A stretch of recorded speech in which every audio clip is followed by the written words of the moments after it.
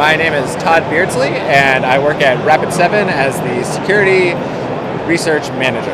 So I had a pretty typical story. It was misspent youth, and then that fell into IT, like regular IT. Then from there, I did defensive work. I worked in intrusion prevention, intrusion detection systems, and then I went offensive, and I started working at Metasploit. And so that's kind of where the Rapid7 story picks up for me. I got hired on almost immediately after the Metasploit acquisition. Today, it's kind of all over the place. I do vulnerability handling and vulnerability disclosure management. So I am the senior bearer of bad news as well at Rapid7.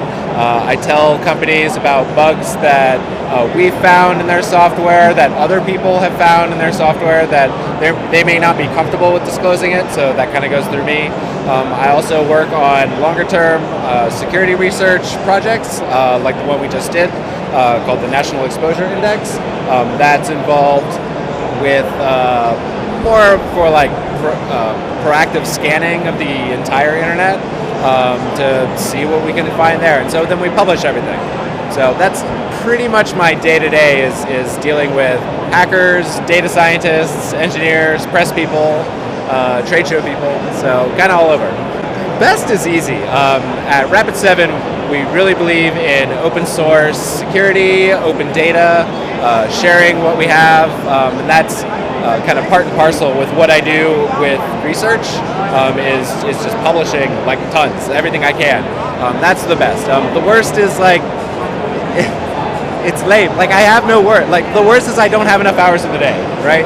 I'm really passionate about educating people and getting kind of security education out there, teaching people like how to hack so they can be better defenders.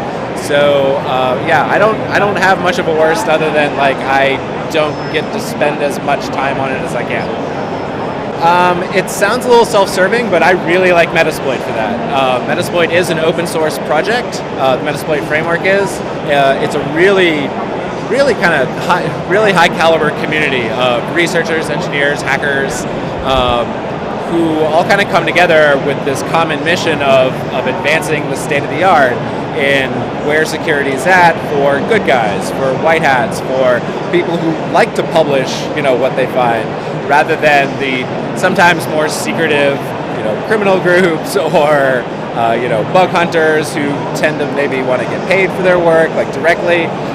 Metasploit's all about sharing and advancing everyone's understanding of security. So even though I work with them, I'm paid to work with them. Like I worked on Metasploit before I got paid to work with them too, and I still think that they're a great group of people who are super willing, very willing to help out anybody who has an interest in advancing a security career.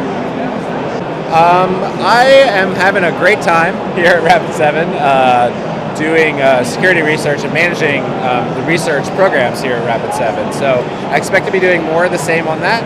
I expect to be helping out other companies with like how they do vulnerability handling. We're doing more and more outreach on those lines. So like lately we've been doing some vulnerability disclosure for other companies when we find bugs for them, and kind of also hand-holding them through that whole process, because we're not adversarial about it.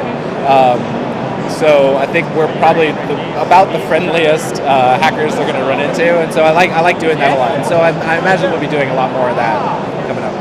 As far as advice goes, I think it's okay to be wrong. It's okay to be like radically wrong, and as long as you're willing to talk to people, and that's really what it comes down to, is talking to people and learning from what kind of building on what you know, and then kind of pulling in what other people are experts in.